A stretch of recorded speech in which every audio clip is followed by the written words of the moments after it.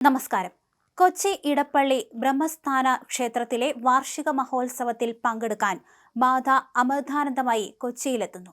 June 6, 7 തീയതികളിലാണ് മഹോത്സവം നടക്കുക.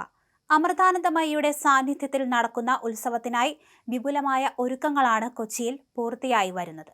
ഇടപ്പള്ളി ബ്രഹ്മസ്ഥാന ക്ഷേത്രത്തിലെ ഈ വർഷത്തെ വാർഷിക മഹോത്സവം ജൂൺ 6, 7 തീയതികളിലായി ആഘോഷിക്കുകയാണ്. മഹോത്സവത്തിൽ പങ്കെടുക്കാനായി ജൂൺ 5 വൈകുന്നേരം അമൃതാനന്ദമയി കൊച്ചിയിലെത്തും. പ്രമുഖ താന്ത്രിക ആചാര്യൻ സൂര്യകാലടി സൂര്യൻ സുബ്രഹ്മണ്യൻ ഭട്ടതിരിപ്പാടിന്റെ നേതൃത്വത്തിൽ പൂർണ്ണകുംഭം നൽകി സ്വീകരിക്കും. തുടർന്ന് ഉത്സവ ദിവസങ്ങളിൽ അമൃതാനന്ദമയി ഭക്തർക്ക് ദർശനം നൽകും. ഈശ്വരൻ വിശ്വസിക്കാത്ത ഒരാൾക്കും ഏർപ്പെടാൻ സാധിക്കുന്ന ആരാധനാ രീതിയാണ് ഉള്ളത്. അതായത് ഈശ്വരനെ ഊർജ സ്രോതസ്സായി സങ്കല്പിച്ച് നമുക്ക് ഒരു ശിവലിംഗത്തിൻ്റെ മാതൃകയിലുള്ള വിഗ്രഹമാണ്. അപ്പോൾ നമ്മുടെ അറ്റോമിക് റിയാക്ടേഴ്സിൽ കാണാൻ സാധിക്കും, ശിവലിംഗത്തിൻ്റെ ആകൃതിയിലാണ് അവിടെ ഊർജ സംഭരണികൾ. അതിനെ തണുപ്പിക്കാൻ മുകളിൽ ജലം ഒഴിച്ചുകൊണ്ടേയിരിക്കുന്നു. ഗംഗാപ്രവാഹം പോലെ ശിവലിംഗത്തിൽ പ്രതിഷ്ഠയുടെ മുന്നിൽ ഒഴുകുന്നത് പോലെ ഊർജ സംഭരണികളിൽ അത് കാണാൻ പറ്റും. ഇതേപോലെ ഊർജ സംഭരണിയുടെ പ്രതീകമാണ് ശിവലിംഗം. പ്രപഞ്ചത്തിലെ ഊർജത്തെ മുഴുവനും നമുക്ക് ഒരു ബിംബത്തിലേക്ക് ആവാഹിക്കുന്നു, അതിനെ പ്രസരിപ്പിക്കുന്നു. അതാണ് ശിവലിംഗത്തിൻ്റെ തത്വം.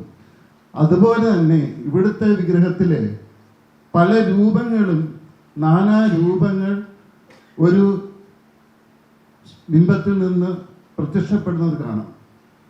ഇവിടെ അതിൻ്റെ പ്രതീകമായി 4 രൂപങ്ങളാണ്: ശിവൻ, ശക്തി, ഗണേശൻ, മുരുകൻ. ശിവകുടുംബത്തിൻ്റെ സങ്കല്പം, അതായത് എല്ലാവിധ നാമരൂപങ്ങളും അരൂപത്തിൽ നിന്ന് ഉത്ഭവിക്കുന്നു. അപ്പോൾ രൂപത്തിൽ സങ്കല്പിച്ചാലും അരൂപത്തിൽ സങ്കല്പിച്ചാലും നമ്മുടെ ഉള്ളിലുള്ള ശക്തിയാണ് ഉണരുന്നത്. അപ്പോൾ ഈശ്വരനിൽ വിശ്വസിക്കാത്ത ഒരാൾക്കും തൻ്റെ ഉള്ളിലുള്ള ശക്തിയെ നിഷേധിക്കാൻ പറ്റില്ല. അതിനെ ഉണർത്താനുള്ളൊരു ഡിവൈസായിട്ട് അങ്ങനെയുള്ള ഒരാൾക്ക് സങ്കല്പിക്കാം. എന്തായാലും നമ്മൾ സൂര്യപ്രകാശത്തെ ഒരു കോൺവെക്സ് ലെൻസിലൂടെ കേന്ദ്രീകരിക്കുന്നത് പോലെ പ്രപഞ്ച ശക്തിയെ ഒരു ബിംബത്തിലേക്ക് കേന്ദ്രീകരിക്കുന്ന പ്രക്രിയ, അതാണ് ക്ഷേത്രങ്ങളിൽ ചെയ്തിരിക്കുക. ഇത് അമ്മ തന്നെ നേരിട്ട് പ്രതിഷ്ഠിച്ച ക്ഷേത്രമാണ്. കൂടാതെ സമൂഹ പ്രാർത്ഥനയുടെ ശക്തി അതുകൂടി നമുക്ക് മനസ്സിലാക്കി തരുന്ന ഉത്സവങ്ങളാണ് ഇവിടെ ഉള്ളത്. കലാപരിപാടികൾ അധികം ഉണ്ടാവാറില്ല, പക്ഷേ നിഷ്കളങ്കമായ മനുഷ്യ മനസ്സുകളുടെ സങ്കല്പങ്ങളെ അത് അതിശക്തമാണ്. ആ സങ്കല്പങ്ങളെ തരംഗങ്ങളാക്കി ലോക നന്മയ്ക്ക് വേണ്ടി വിനിയോഗിക്കുന്ന ഉത്സവം തികച്ചും വ്യത്യസ്തമാണ്. മനുഷ്യരെ ഈശ്വരനായി കണ്ട് സ്നേഹിക്കാനും സേവിക്കാനുമുള്ള സന്ദേശം നൽകുന്ന ഉത്സവമാണ് ബ്രഹ്മസ്ഥാനോത്സവം. പ്രധാനമായിട്ടും 2 ഗ്രഹദോഷ നിവാരണ പൂജകൾ ഉണ്ടാവണം. ശനിയാഴ്ച രാവിലെ രാഹു ദോഷ നിവാരണ പൂജ, ഞായറാഴ്ച രാവിലെ ശനി ദോഷ നിവാരണ പൂജ. ഇത് രണ്ടും 7 മണിക്കായിരിക്കും നടക്കുക. ഗ്രഹദോഷ നിവാരണത്തിനായി സമൂഹ പൂജ ഓരോ ആളുകളെ കൊണ്ടും സ്വയം അവരെ കൊണ്ട് ചെയ്യിക്കുന്നൊരു പൂജയാണിത്. അതാണ് ഇതിൻ്റെ ഇതിൻ്റെ പ്രത്യേകത.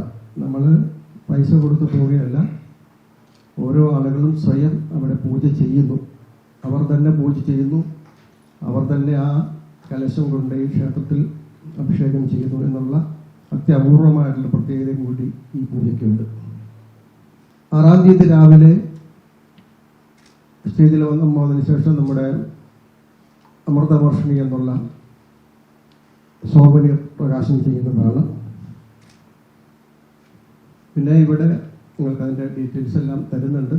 എങ്കിലും ഇവിടെ വരുന്ന ആളുകൾക്ക് വേണ്ടിയിട്ടുള്ള എല്ലാ സൗകര്യങ്ങളും, അതായത് കുടിവെള്ളം തൊട്ട് താമസ സൗകര്യം വരെയുള്ള കാര്യങ്ങൾക്കെല്ലാം നമ്മൾ വേണ്ട സജ്ജീകരണങ്ങളെല്ലാം ചെയ്തിട്ടുണ്ട്. അതിനുള്ള വ്യവസ്ഥകളും ചെയ്തിട്ടുണ്ട്. അതിൻ്റെ നിർദ്ദേശങ്ങൾ എങ്ങനെയായിരിക്കണം രജിസ്റ്റർ ചെയ്യേണ്ടതെന്നുള്ള കാര്യങ്ങളെല്ലാം നമ്മൾ അവരെ അറിയിച്ചിട്ടുമുണ്ട്. വിദ്യാലയങ്ങളിലെ സ്ഥാപനങ്ങളിലെ കുട്ടികളുടെ കലാപരിപാടികളും ഉണ്ടാകും.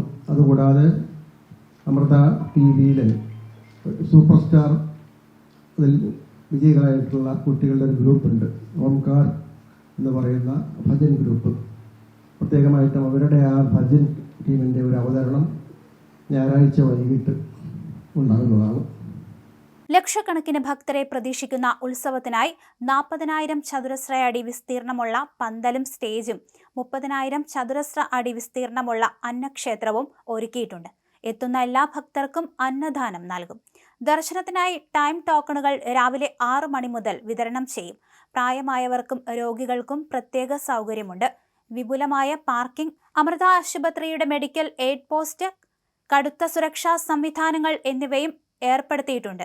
ജൂൺ 7-ന് വിവിധ കലാപരിപാടികളും അരങ്ങേറും. മാതാ അമൃതാനന്ദമയി മഠം ജനറൽ സെക്രട്ടറി സ്വാമി പൂർണ്ണ അമൃതാനന്ദ പുരിയുടെ നേതൃത്വത്തിലുള്ള വിപുലമായ കമ്മിറ്റിയാണ് ഉത്സവത്തിന് മേൽനോട്ടം വഹിക്കുന്നത്.